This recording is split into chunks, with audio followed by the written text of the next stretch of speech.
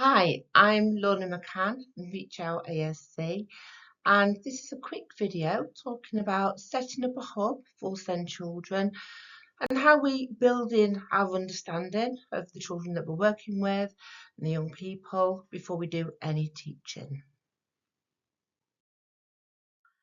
So the aims are that we really take the time and make sure we've got plenty of opportunity to fully observe the child across the day and in different environments. So in the classroom, in a one-to-one setting, in a hall, coming in and out of the reception area, outside, the dining room, so that we've got a good picture of how they present in different environments. And to listen and watch how the child communicates, and particularly how they communicate with different people. Notice how the other person will communicate with them and what the response might be. Think about the time of day as well. Any vocalizations, any sounds the child might make, and really try and pick up clues about actually what's going on for them. And it's about working collaboratively as a team so that we've got really good relationships with parents and carers. Nobody knows the child better than a parent or carer. So it's, having that open and honest conversation about how the night time's gone, any difficulties they might have in the morning, or just generally the mood of how that young person seems to be feeling. Um, so that we've got as much information as possible about the child, and also knowing what works well for them, what really motivates them, what really helps to calm them as well. Having worked in a special school for 15 years, we were very used to other people saying, no, you must find the motivators, you must find what the child, the young person really likes. And so we'd often go off and we'd look in our resources and we'd have a look at different things we might have. And really, we were sort of deciding, okay, this is what we've got, this is what we like. But actually, when we know our young person, is it what they really like? Have we included that? And sometimes it can be the obscure things as well. So it might be a bunch of keys or a torch or some plastic letters, some paper clips. It could be all sorts of things that we might not necessarily think to offer. So it's making sure we have a really good idea of actually what they like, what motivates them, and what is it in particular about that resource.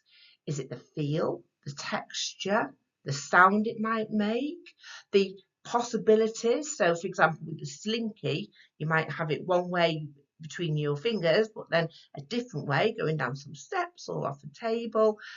Um, so have a think, what is it? Is it that they like light up things or things that they can shake and make noise?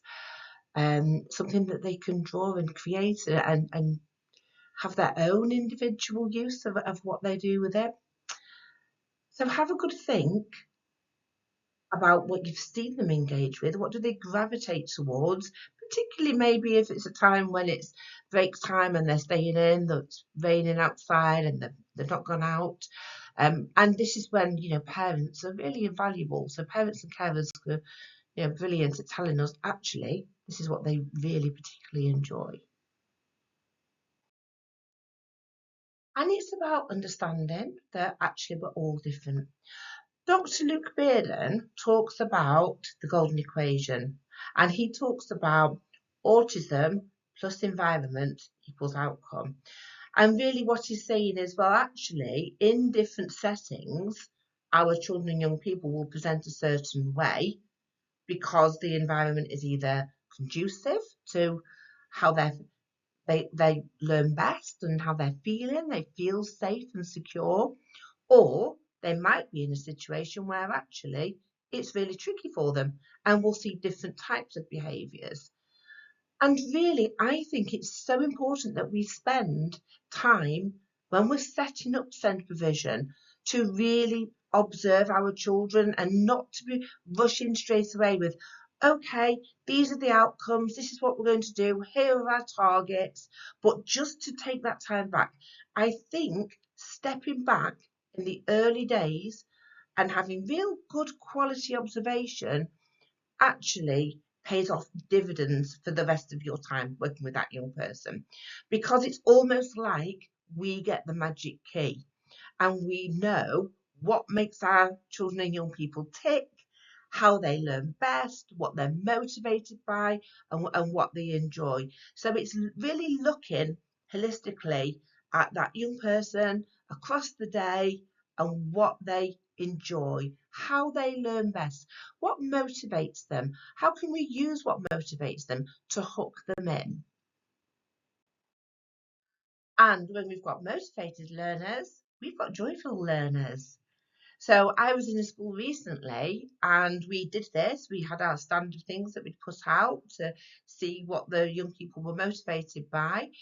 And we happened one day to put a torch out, and this one particular pupil absolutely loved it.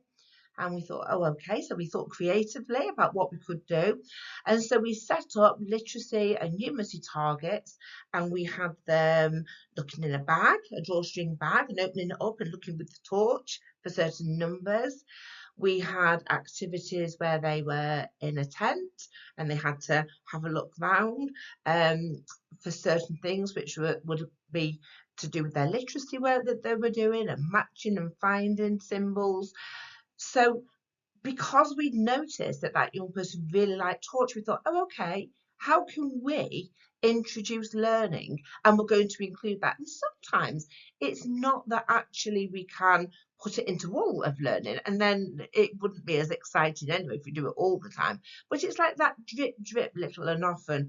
Or it might be that they've had some time doing some learning, and then we might have another activity where they've got time with their motivator. So it's kind of thinking, have we got a good balance? Have we got opportunity for them to be hooked in using what we think they like? And also, have they got some downtime and some chill out time with what they really like to do? Because before we get ready to do any learning, we want them to feel safe, secure, and feel in a good place.